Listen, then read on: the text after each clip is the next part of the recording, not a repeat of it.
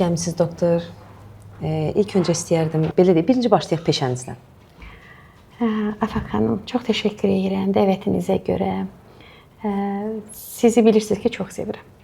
Qarşılıqlı.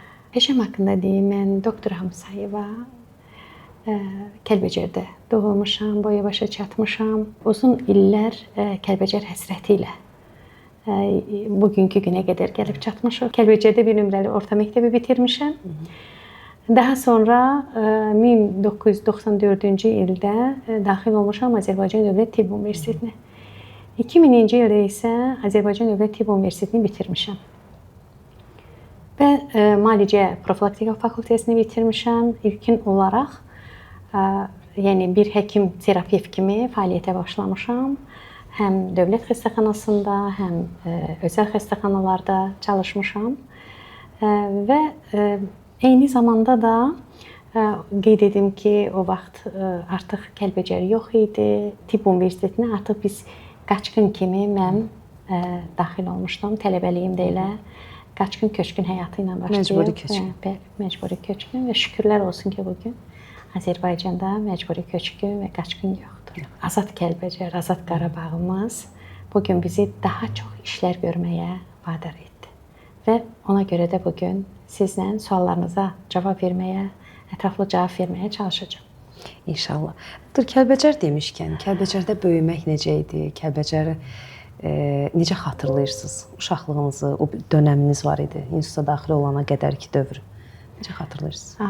Kəlbəcərdə böyümüşəm. Kəlbəcərin dağlarında, o gözəl dağlarda və uşaqlığım da təbiətin qoynunda keçib.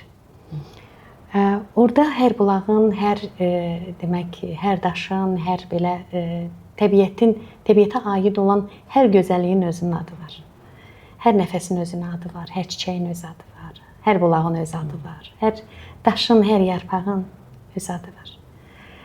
Və bizdən də böyüklər bizə Kəlbəcəri bir belə deyim, təbiət kimi yox, Allahın yaratdığı bir gözəllik mənbəyi və eyni zamanda şəfa mənbəyi kimi təqdim ediblər.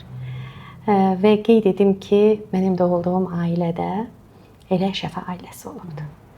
Və mən də 10 nəsillik şəfa ailəsinin bir nümayəndəsi kimi hər zaman bir var vətən, bir var böyüyəsən vətəndə, bir vətəndaş kimi, bir də böyüyəsən vətəndə, axtarasan onun gülü, çiçəyi, onun torpağı, hansı şəfanı verəcək? İnsanlara nə edəcəksən, necə xidmət edəcəksən? Bir var, sən körpə yaşından bunu yaşayasan, bu xidməti özün üçün seçəsən ki, mən böyüyəndə bax, bu xidmətləri insanlara çatdıracağam, bu şəfanı insanlara verəcəm. Bir də var, bir elm kimi bir yol seçəsən, deyəsən, həkim olub insanlara xidmət edəcəm. Həkim kimi də və şəfaçı nəslinin bir nümayəndəsi kimi də müqayisə edəndə baxdım ki, bunların arasında çox böyük fərq var.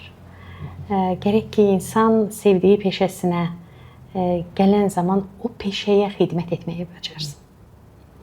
O peşəyə xidmət eləmək insanların özünə o sahədə gözəl xidmət eləmək deməkdir. Ona görə də bu günümdən çox razıyam ki, yəni şükürlər olsun ki, bu günə qədər gəlib çatmışıq və minlərlə xəstənin şükürlər olsun ki, o sevincini görəndə, əvvəli və sonrası o nəticələri görəndə başa düşürəm ki, bu tək həkimlik məsələsi deyil. Yəni Tibb Universitetini mən tək kitablardan oxumadım, o bilgiləri kitablardan oxumadım. Ailədən ailəyə keçən, tərəfimizdən qorunub saxlanan və mənim böyüklərim tərəfindən qorunub saxlanan, bugünkü gündə isə klinikamızda istifadə elədiyimiz xalq təbabətindən gələn və hansı ki, qədim Azərbaycan təbabətini ayırd etdiyim spiker kimi, beynəlxalq spiker kimi hələ Qarabağ torpaqları işğal altında olarkən nəticələrimi Qarabağın xalq təbabətindən gələn nəticələr kimi yəni təqdim etməyim, bunların hamısı yəni vətənə bağlılıqdan gəldi. Yəni öz nəslimizə, öz kökümüzdə olan bu müalicə metodikalarını elmi müstəvidə təsdiqlənmək nöqteyi nəzərindən. Bax, oradan doğuldu o arzular. İlk təcrübənizi kimdən aldınız? Yəni ailə üzvü dediyiniz, yəni mənim bildiyim bibinizdir. Bəli, mən Necə oldu? Bax məsəl üçün ondan belə deyək də, yəni bir insanın hansısa tərəfə bir yönəlməyi var. Yəni, sevdiyi bir peşə ola bilər və yaxud da məsələn siz seçmisiniz tibbi, düzdür? Tibbin məsələn elmi tərəfindən də gedə bilərdiniz, amma bibinizdən yararlanmaq necə başladı? Necə oldu ki, yəni siz bunu seçdiniz və sizə faydası oldu bunun? bibim Güllü ana. Güllü ana Kəlbəcərdə tanınan, bilinən Milli kəndində ailə qurub orada yaşamış bir insandır. 96 yaşında dünyasını dəyişib və əlləri rengin qadın olub. Belə adlandırılıb.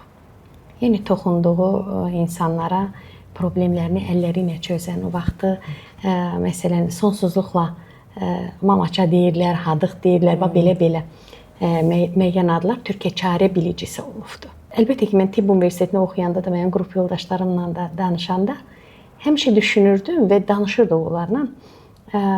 Deyirdim ki, həkim olsam da kimyəvi dərmanlarına müalicə etməyəcəm. Və mənə sual verilir, və sən nəyinə müalicə eləyəcəksən? Deyirdim, təbiətlə. Və əlbəttə ki, indi o vaxt bizim 19-20 yaşında uşaqlar və yaxud da ki, heç kəs ağlına ala bilmirdi ki, necə yəni ciddi qəbul olunmurdu. Mən düşünürdüm ki, indi mən həkiməm, başqa bir xülyalarım var idi. Bəlkə başqa bir sahədə, düzdür, dərmanlarla yox, amma bilmirdim nədir. Amma bilmirdim ki, Türkiyə çarə yenidən bibimdən gələn bir missiya olacaq ki, bir zaman mən həyata keçirəcəm və həkimin əlləri ilə xəstəliyi müalicə edə bilən bir sahə varmış. O vaxtda biz bunu bilmirdik. Və məhz topladığım həm nəsildən gələn o qorunub saxlanılan reseptlərlə, həm artıq xəstələri ki, müalicə edirdim. Onu da qeyd edim ki, tələbə olan zaman qonum, qonşu, insanlar bir yerdə artıq bilirsiniz necə, biri var həkim kimi, bir də var ki, həkimə bəlkə bir ciddi baxırdılar, amma bu yaxın kimi. Bu mənə kömək eləyəcək. Mənə o vaxtı balaca bu otağın yarısı qədər bir kabinet elə bir ki, özləri kiçik bir otaq hazırladılar. Ki onlar mənə dəstək oldular ki, onu hazırla və mən orada illərlə, yəni tələbəlik dövrümdə və tələbəlik dövrümdən hətta sonra belə əllərinə müalicə etdim və bir zaman artıq bildim ki, osteopatiya deyilən bir metodika var ki, bu həkimin əlləri ilə müalicə etməsi deməkdir. Osteopatiyada Amerika proqramıdır. Amerikan alimi Stil tərəfindən yaradılıbdır.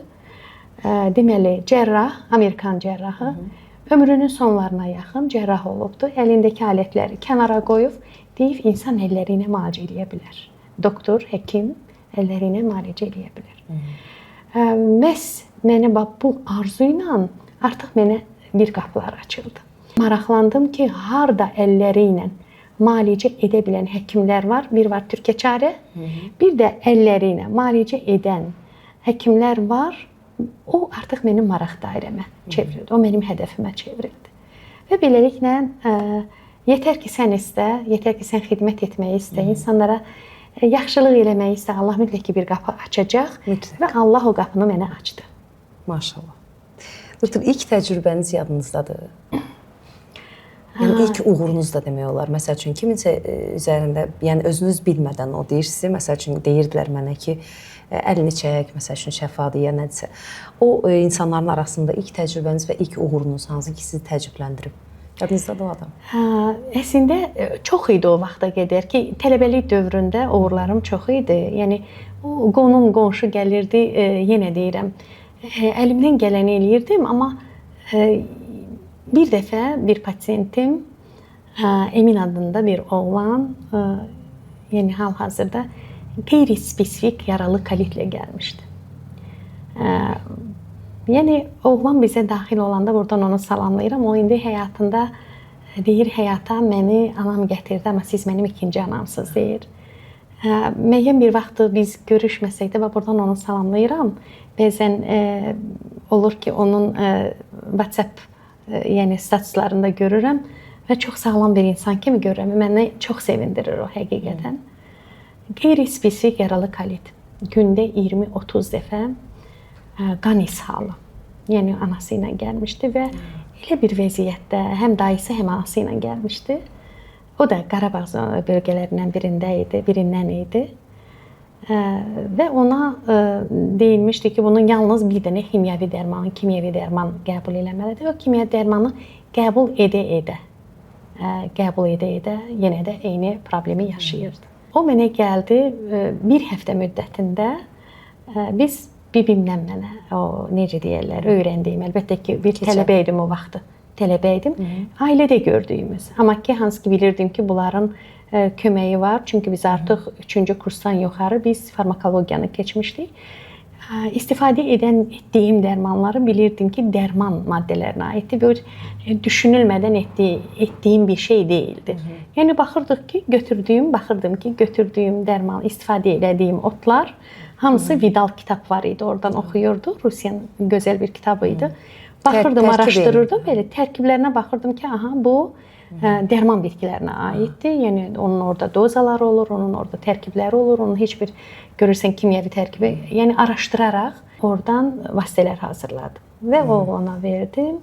Bir il müddətində onun qanla olan problemləri bitdi, qurtardı. Və zaman keçdi ki, artıq o dərmandan tamamilə xilas oldu. Daha sonra tibbin bütün sahələrində gördüm ki, bunların etmək, tətbiq eləmək mümkündür.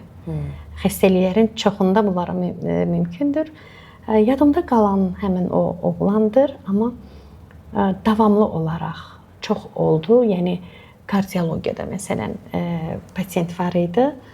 Yəni bugünkü gündə bəlkə də biraz fərqli səslənər. Deməli ürəyində обширный infarkt keçirmişdi. O vaxtı da mən işləyirdim 5 nömrəli xəstəxanada gecə reanimasiyada. Orada subordinator kimi işləyirdim. Yəni tələbələrə elə belə bir şərait yaradılırdı.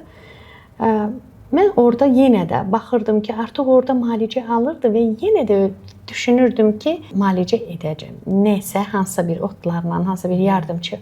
Və zaman gəldi ki, biz otları verdikcə o qadın artıq, mən demərəm ki, otlarla müalicə aldı. Bir yanaşı olaraq həmin o reseptlərdən istifadə etdik, dediyim kimi. Get-gedə, bəlkə də bir inamı idi, bəlkə də qadın dedi ki, yox, mən bu bitkilərdən daha yaxşı oldum, bundan sonra yaxşı olmuşam. Zaman-zaman bir inam yaranırdı, o da mən də hələ heç, yenə deyirəm, diplom almamışdım, yəni o vaxtı. Amma bilirdim ki, verdiyimiz dərmanın da, verdiyimiz bitkilərin də elə bir ziyanı yoxdur, ziyanı da olmayacaq təbii ki. Amma onların özləri də insanı bir dəfə xəstə həkim eləyir. Əlbəttə elədir. Xəstə yetişdirir, həkimi həkim eləyən. Xəstənin geri dönüşü sizə motivasiya verirdi. Bəli, bəli. Və beləliklə siz başa düşürdünüz ki, düz yoldasınız. Bəli, dildən dilə, o necə deyir, keçə-keçə artıq fikrimi dəqiqləşdirdim ki, tam təbii vasitələrlə müalicə edəcəm. Hər zaman mən düşünürdüm ki, bəli, bu irsi, bu yolu mən yaratmamışam. Bu nəsildən nəslə keçən bir irsdir. Amma bu günləri o irsi davam elətdirərək düşündüm ki, elmi müstəvidə təsdiqləmək. Məhz bu cəhətdən, bu səbəbdən Qarabağın təbabətini,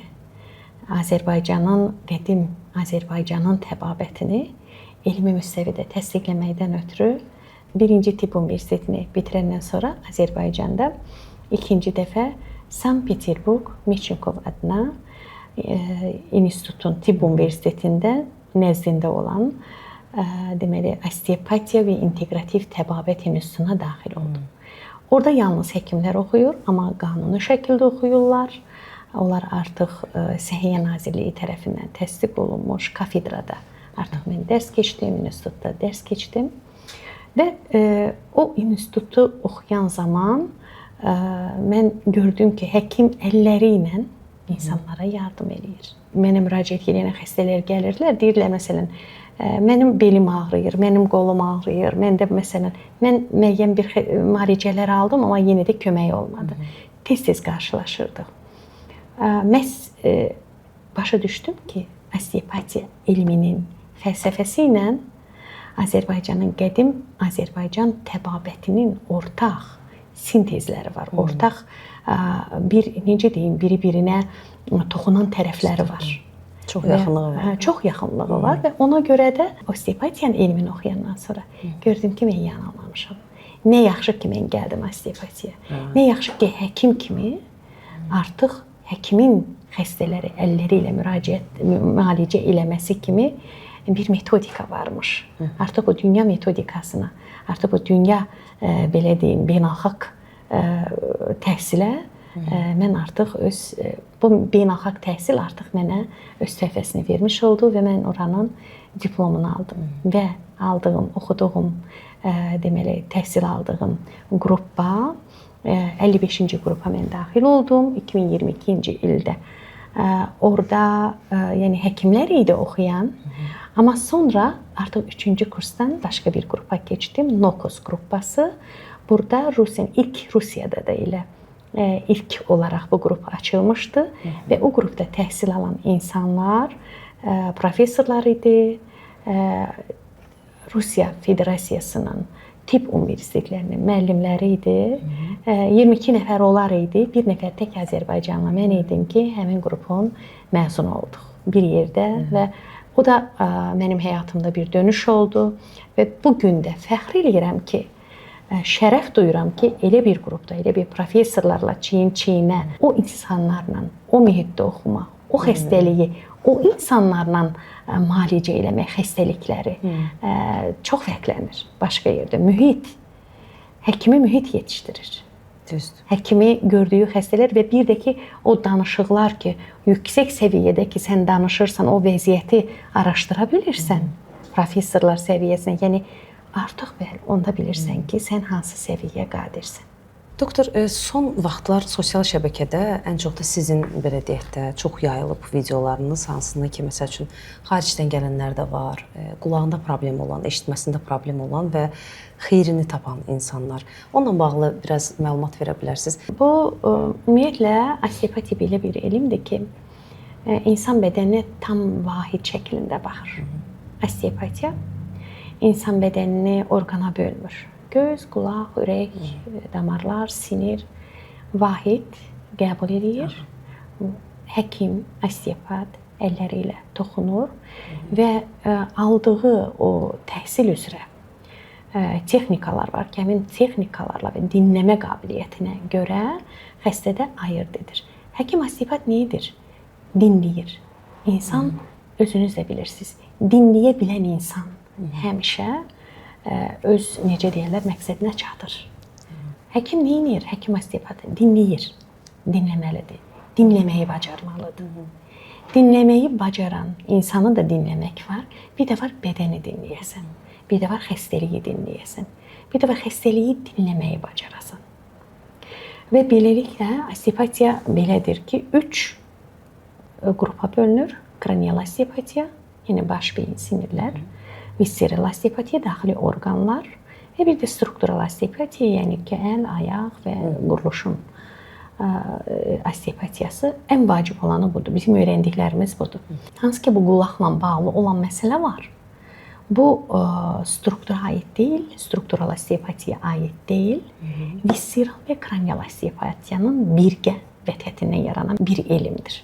Və biz də yanaşanda, məsələn, bizə xəstə gəlib müraciət eləyir, baxırıq ki, diaqnozlar yazılıb. Əlbəttə ki, indi bu növbəti o diaqnozların adına mən sizə tam protokollar əlimdə olan zaman ki, növbəti verilişlərimizdə deyərəm. İndi bugün ümumi məlumat verəcəm. Xəstə gəlib mənə deyiblər ki, bir də sənin qulağın eşitməyəcək. Biz baxırıq osteopatik metodla ayırd edirik, dinləyirik. Osteopatik yəni olaraq baxırıq, yoxlayırıq ki, bunu da qeyd etdiyim kimi baş, beyin, onurğa beyni, beynin sərt qişası və bütöv bədən dinləmə. Dinləyirik, görürük ki, yox, bu sinir burada ölməyib. Burada hansısa funksional çatışmamazlıq var. Deyək ki, hələ sinirə çatmamış o səs, hansı ki, səs dalğaları formalaşmamış bir maneə yaradır. O maneəni müəyyən bir osteopatik metodika ilə aradan götürürük. Ani bir momentdə verdiyimiz suallara pasient cavab verir. Və bu zaman başa düşürük ki, burada sinir ölməyib. Deyək ki, sinir var, amma işləmir. Funksiyası yoxdur. Disfunksiyadır. Məsələn, osteopatiyada somatik disfunksiyaları müalicə edən bir elmdir. Və məsələ qoyduğumuz bu diaqnoza əsasən o yolu keçirik və çox gözəl nəticələrimiz var. Xəstələr bizə müraciət edir, biz yoxlayırıq. Əvvəlcə müəyyən lor həkimlərinin yazdığı müəyyən nəticələrlə gəlirlər bizə.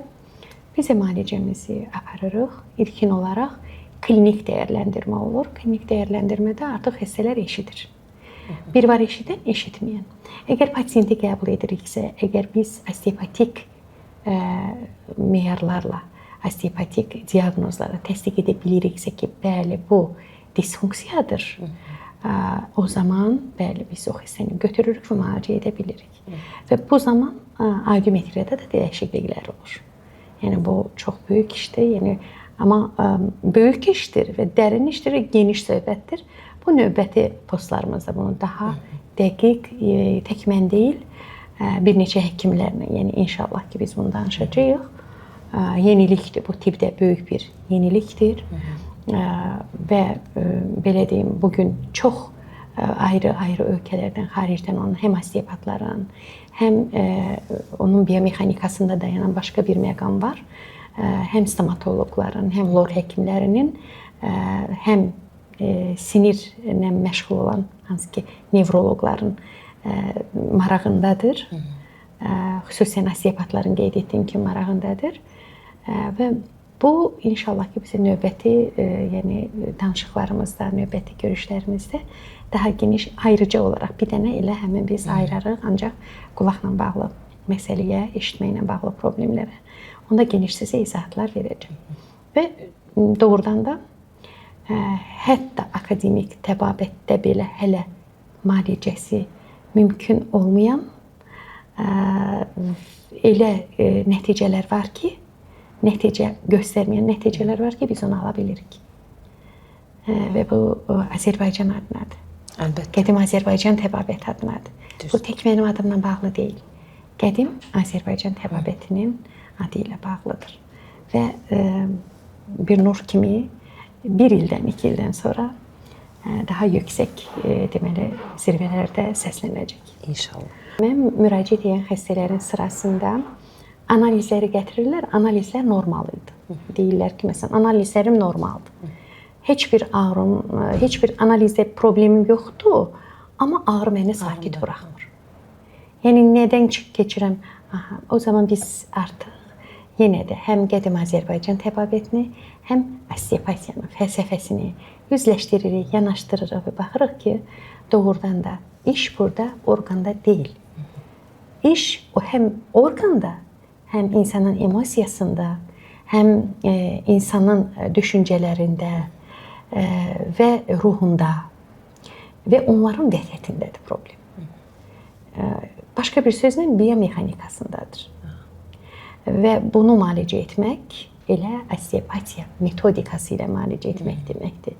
Və bundan daha üst təbəqədə müalicə etmək isə əsasları Qarabağ təbabətindən olan, hansı ki, daş skalpel doktoralı metodikası adı ilə biz hər zaman təqdim etmişəm. Onları birləşdirəndə daha gözəl nəticələr əldə etmişik.